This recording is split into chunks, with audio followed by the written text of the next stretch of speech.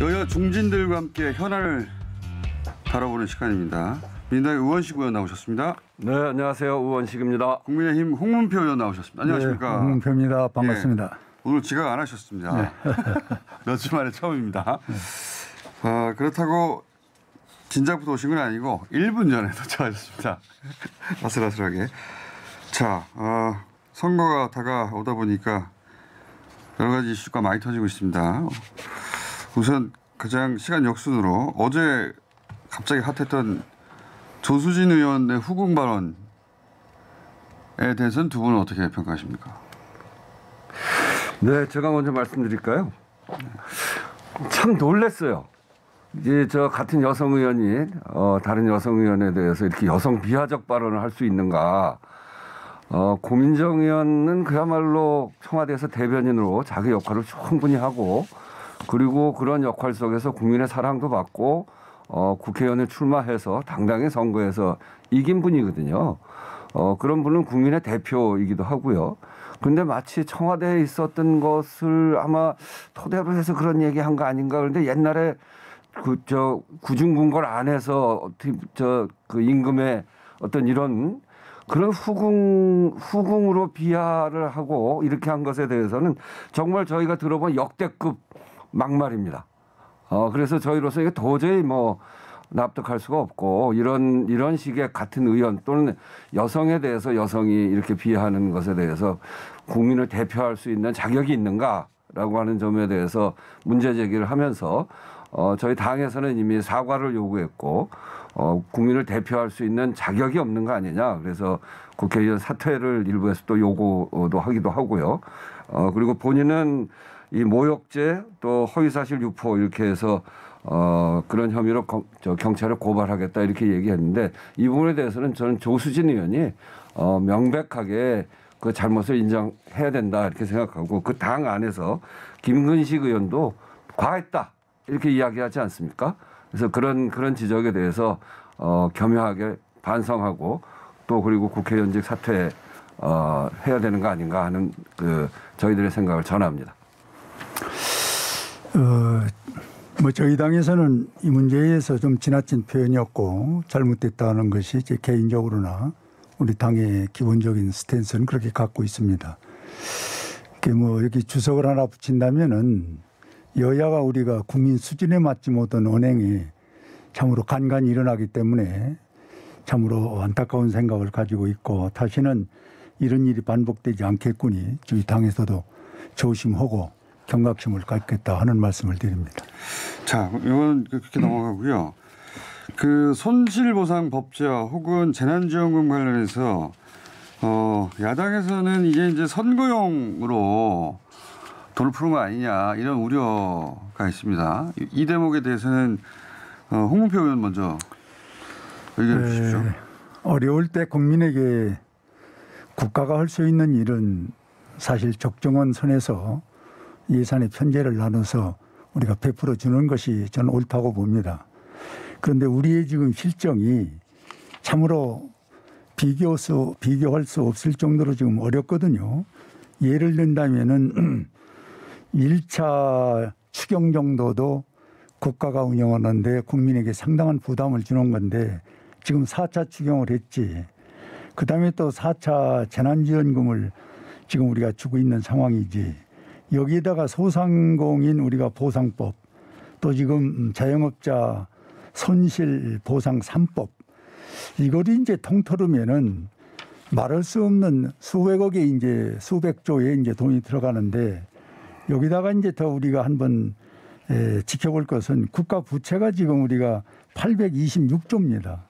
그다음에 가계부채가 1940조가 되고 22년 만에 마이너스를 이뤘다고는 오늘의 경제 상황에서 우린 이 국민에게 어려운 곳에 주는 것을 이제 정부 일방적으로 좀 이렇게 선언적으로 하고 또 어떤 때가 되면은 선거를 겨냥한 것 같은 이런 식의 오해를 받지 말고 여야가 좀 사전에 머리를 맞대고 또 전문가들이 좀 함께 하는 이런 자영업자라든지 소상공인에 대한 이 지원법을 함께 논의하면은 어려운 경제도 좀 풀 수 있는 방법도 있다고 그러는데 이 여당이 갑자기 뜬금없이 뭐 또 자영업자니 뭐 등등을 해서 내놓고 밀고 가면은 저는 이 부분에서 오해가 오해를 나니까 좀 앞으로는 여당이 이렇게 어려운 난국에는 여야가 머리를 맞대고 또 전문가들이 함께하는 그런 지혜를 좀 모아서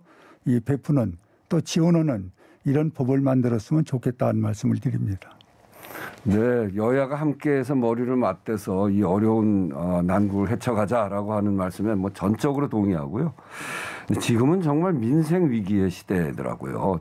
저희가 얼마 전에 집합금지 당한 그 업체들 대표들을 만나서 이야기를 해보니까 그분들이 열심히 K-방역, 코로나 방역에 동참했는데 정말 우리들 생활 방역은 제대로 안 시켜주냐. 이제 더 이상 견딜 수가 없다 그러면서 말을 하는 게 아니라 눈물을 흘리더라고요.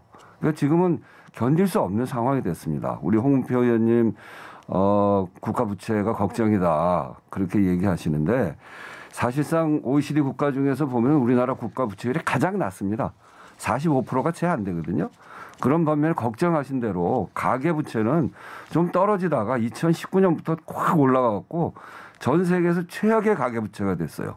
그 얘기는 뭐냐면 정부의 재정은 건전한데 국민들의 살림살이는 아주 엉망이 됐다는 소리거든요. 따라서 그동안 지원을 좀 했는데 그동안 피해에 비교하면 코끼리 비스켓 정도입니다. 그래서 과거에 1000년을 견딘 로마가 빈부격차 때문에 망했거든요. 그런 반면에 1930년대 미국 루즈벨트는 그 어려운 여건 속에서도 재정을 확대하고 또 그리고 노동과 복지를 감싸 안음으로 해서 새로운 번영의 미국의 30년을 만들었어요. 지금 우리는 과거 로마의 길로 갈 것인가 또 번영의 미국의 길로 갈 것인가 이걸 택해야 되는데 저는 지금 우리가 모든 힘을 합쳐서 국민들의 살림살이를 챙겨서 생활 방역을 해야 된다고 생각합니다. 그런 점에서 저희들이 낸 안이 손실보상법, 협력이익공유제도, 사회연대기금 이런 것들인데요. 이런 것들을 2월 국회에서 논의하시자는 겁니다. 그래서 이런 논의를 통해서 제도를 만들고 국민들의 삶을 이제 챙겨야 되는 그런 일을 정말 2월 국회가 해야 된다. 2월 국회는 민생국회, 코로나 생활방역국회로 만들어 갑시다 하는 말씀을 다시 드립니다. 근데 이제 제가 궁금한 대목은 이겁니다. 손실보상 혹은 뭐 어려움에 대해서 지원하자는 건 뭐 여야가 다 마찬가지인데 시기를 놓고 김정희 위원장 같은 경우에는 4월 재보궐선거 한참 후에 해야지 선거를 앞두고 해서는 선거에 영향을 주려고 하는 금권선거 이런 취지의 발언을 하셨거든요. 시기에 대한 궁금증이 있는 겁니다. 그러니까 이 시기 문제 지금 지적하신 대로요. 예. 이게 이제 아까 얘기한 대로 지금 4차 추경이라는 부분은 국민이 세금을 냉정히고 내보내는 겁니다. 한 번 내고 국가 살림을 사는 것이 보통 예인데 여기에 이제 지금 다 4차 지원금이 나가고 소상공인 또 보상법 방금 지금 의원님 말씀대로 지금 특히 민주당에서 자영업자 손실 보상 3법을 지금 내놨거든요. 그럼 이런 것들이 4월 선거를 앞두고 이렇게 몰아쳐가지고 할 필요가 있느냐. 그럼 국가 재정이라는 것이 세금이 들어오고 그거를 또 편제를 짜고 이렇게 이제 국가가 경영을 하는 것인데 요거를 좀 분기별로 좀 이게 나눠서 한다든지 또는 선거와 관계없이 할 수 있는 그런 어떤 지혜로운 방법을 내놔야 되는데 지금 제가 말씀드린 이런 지원법, 자영업자, 소상공인 이게 전부 지금 4월 선거 전에 맞춰갖고 있거든요. 포커스가. 그리고 이제 하도 국민의 여론과 여러 가지가 이제 문제점을 제기하니까 자영업자 보상은 선거 후에 하고 4차 지원은 그 전에 한다. 이렇게 지금 갈라치는 것 같은데 저는 이 근본적인 문제는 아까 지적하신 대로 선거 앞두고 이렇게 하는 것보다는 아까 의원님이 말씀하신 2월에 우리가 진지하게 한번 논의를 하는 그 장부터 마련하고 시기 조절 문제는 완급 조절하는 게 좋겠다. 이렇게 생각을 합니다. 우리나라가 이제 선거가 많습니다. 중간에 보궐선거도 있고 그래서 선거 때문에 무슨 꼭 해야 될 정책을 뒤로 미루고 이렇게 하다 보면 필요한 시기에 정책을 제대로 실현할 수가 없어요. 그런 점에서 일단은 봐야 되고 아까도 말씀드렸지만 제가 을지로위원회 하면서 그 피해를 본 상인들 대표들을 만났더니 막 웁니다. 1년 동안 견뎌왔는데 이제 더 이상 도저히 견딜 수가 없다. 우리 다 쓰러지고 난 다음에 우리 다 쓰러지고 나면 건전한 국가는 뭐에다 쓰냐 이러면서 이제 아주 세게 문제 제기를 하시던데요. 저는 이렇게 봅니다. 이거 더 이상 견딜 수 없습니다. 그래서 2월 국회에서 빨리 법안도 마련하고 추경도 준비하고 준비되는 대로 더 빠르면 지금 당장 하면 좋겠는데 아직 준비가 안 됐으니까 3월 달에는 해야 된다. 저는 3월 달에 선거 때문에 하지 말자고 하면 방역은 두 가지거든요. 하나는 코로나 질병 방역이 있고 또 하나는 국민들의 코로나로 인한 피해를 막는 생활 방역이 있는데 생활 방역 이 피해에 대한 생활 방역을 선거 때문에 미루자고 한다면 코로나 방역도 미뤄야죠. 2월부터 백신 한다고 그러는데 백신 놓는 것도 그럼 선거 뒤로 가야 되는 겁니까? 이 두 가지는 같은 문제거든요. 생활 방역과 질병 방역 이 두 개가 같이 가지 않으면 이것이 잘 유지가 안 됩니다. 그런 점에서 선거와 관계없이 당장 필요한 정책에 대해서는 당장 할 수 있도록 2월 국회에서 머리를 맞대고 법도 만들고 추경 예산도 편성해서 만들어지는 대로 국민들에게 조금이라도 마음의 위로가 될 수 있도록 또 다시 회복할 수 있도록 조치를 취해가는 것이 옳다. 저는 그렇게 생각합니다. 저는 이 부분에 한 말씀 더 드린다면은 소상공인 보상법이 지금 여당에서 두 분이 내놓고 야당에서 또 저도 내놨습니다. 네네. 이 법에. 잘하셨죠. 네. 그런데 이 취지는 뭐냐면은 1.5 이상에서는 우리가 50만 원, 50%. 그다음에 2.0에서 2.5가 되면은 70%. 사회적 거리두기 단계 말씀하시는 거죠? 예, 이런 기준을 두고 하는데 이게 이제 정부가 지침과 명령으로 해서 자영업자들이 시간을 제한을 받는 거 아닙니까? 예. 그렇다면 정부가 50%, 70% 이런 정도 보상을 해줘야 해서 지금 국회가 상당히 이게 불부터 논의 중에 있어요. 그렇죠. 저 같은 경우도 그렇고. 예. 근데 시기가 문제인 거 그런데 아닙니까? 갑자기 또 자영업자 손실 보상 3법을 내놨단 말이에요. 네. 그러면 제가 이 말씀드린 소상공인 여기에는 자영업자가 포함되는 겁니다. 네, 네. 그런데 이것이 지금 가닥도 못 잡고 얼마로 어떻게 하느냐는 예산 때문에 지금 기재보고 상당한 마찰을 하고 있는데 여기다가 또 얹어서 선거 앞두고서 또 자영업자 손실보상 3법을 내놓으니까 사실 어리둥절하는 거예요. 국가의 재정은 한계가 있는 거고 지금 소상공인 그 안에는 자영업자가 들어있는데 이걸 논의가 지금 마감도 안 됐는데 또 여기다가 지금 여당에서 3법을 내놨단 말이에요. 이러면 이 자원을 어떻게 할 것이고 소상공인 자영업자 지금 현재 진행된 건 어떻게 할 것인지 너무 중복되고 그리고 이 돈에 대해서 뭔가 깊이 생각을 안 하고 뭔가 선거용으로 자꾸 이렇게 퍼준다는 그런 인상으로 주는 거 아니냐는 지금 오해를 받고 있는 겁니다. 저는 그게 한가한 소리라고 생각합니다. 지금 말씀하시는 여러 가지 이제 1월을 거치면 작년 연말을 거치면서 피해가 어느 정도인지 이제 파악이 되잖아요. 손실이 어느 정도든지 파악이 됩니다. 그리고 코로나 위기 1년을 거치면서 여기에서 성장한 기업도 있지만 굉장히 어려워진 그 산업이나 이런 부분들이 있단 말이에요.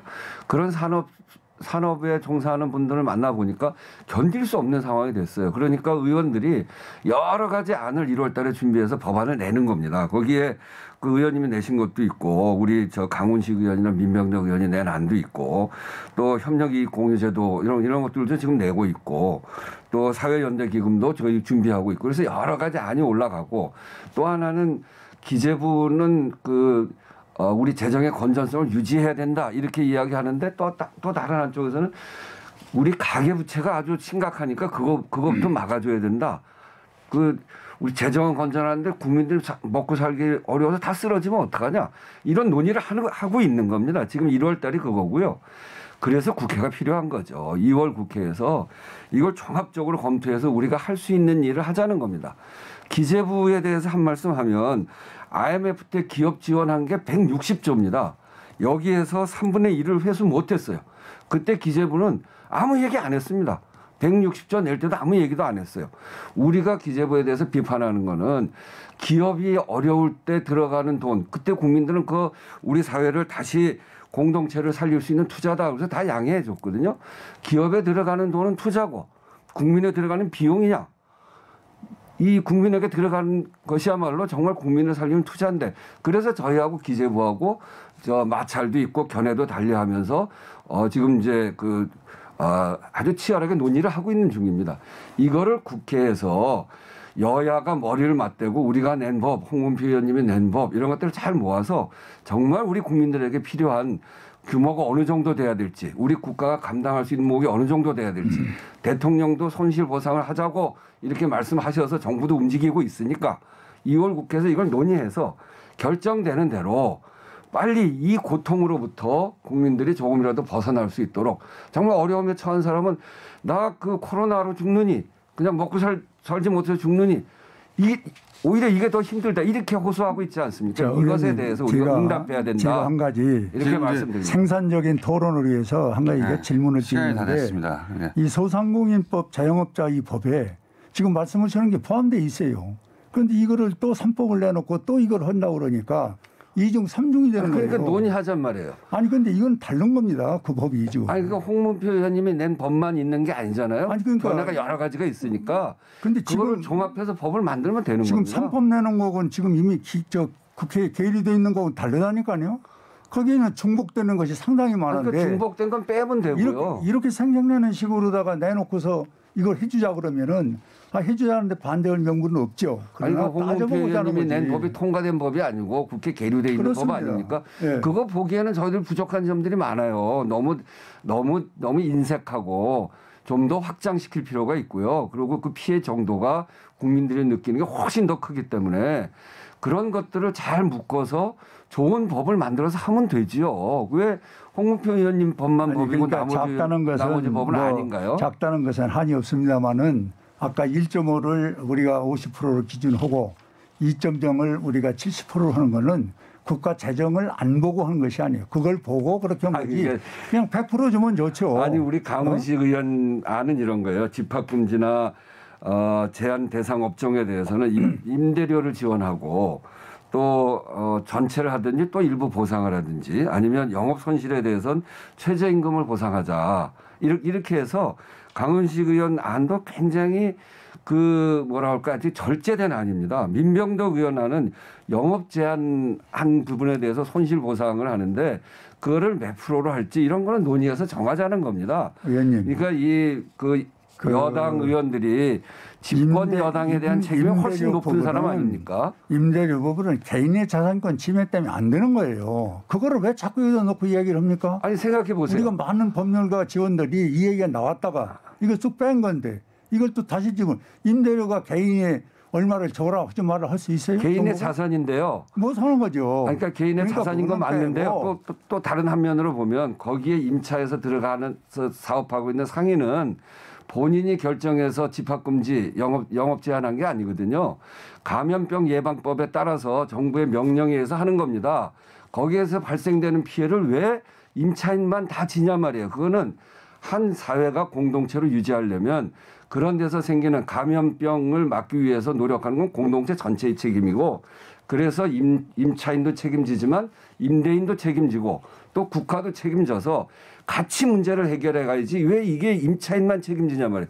그 부분에 대해서 우리 이동주 의원이 임대료 멈춤법이라는 법을 제안해서 그 문제를 해결하려고 노력하고 있어요.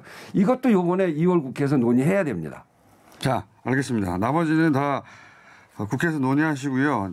다만 지금 해결이 안 되는 부분은 3월 내에 하자. 아니다. 선거 이후에 해라. 이 대목은 아직 합의가 안 될 것 같아서 그건 다음 주에 다시 한번 여쭤보겠고 마무리로 시간이 돼가지고 한 가지는 다시 딱 하나만 묻히면 그러면 마무리로 한 번씩 발언 기회를 드릴 테니까 그거 지금 하실 말씀을 하시고 홍문표 의원님 또 하실 말씀 해주십시오. 주로 악담이었으면 좋겠습니다. 제가 중복해서 말씀드립니다만 방역은 두 가지입니다. 코로나 방역과 생활 방역 두 개를 같이 해야 되는데 생활 방역 국민에 대한 이 고통에 대한 지원 이런 것들을 선거 이후로 하자고 하는 이야기는 백신 방역도 선거 이후로 하자는 얘기랑 똑같아요. 두 개가 다 급한 일입니다. 그래서 이거는 급한 국민들에게 그때그때 맞게 우리가 해야 되지. 이거를 4월 이후 훨씬 뒤로 선거와 관계없이 하자고 하는 건 그때까지 국민 보고 고통을 참으라고 하는 건데 야당 국회의원들은 참을 수 있는지 모르겠지만 저희들은 지역에서 듣는 국민의 원성에 대해서 참을 수 없는 지경에 와 있습니다. 그래서 이 문제 같이 해결합시다. 자, 제가 간단히 한 말씀 드립니다. 지금 정당은 존재하고 국가는 없는 그런 식의 남발된 정책을 마구 피는 것은 국민의 혈세고 결국 국민 세금으로 가는 거기 때문에 여당이 도리어 더 좀 쫌쫌하게 이 문제를 살피고 야당은 좀 더 너그럽게 가야 되는데 지금 거꾸로 되어 있습니다. 국가를 지금 생각하고 국민의 혈세를 생각하는 게 야당이고 여당은 무조건 하고 퍼주고 선거를 겨냥한 이런 정책은 저는 중단했으면 좋겠다 이렇게 말씀드립니다. 알겠습니다. 오늘은 충분한 악담이 안 된 것 같습니다. 다음 주는 악담으로 시작하겠습니다. 오늘 여기까지 하겠습니다. 우원식 의원, 홍문표 의원이었습니다. 감사합니다. 네, 감사합니다.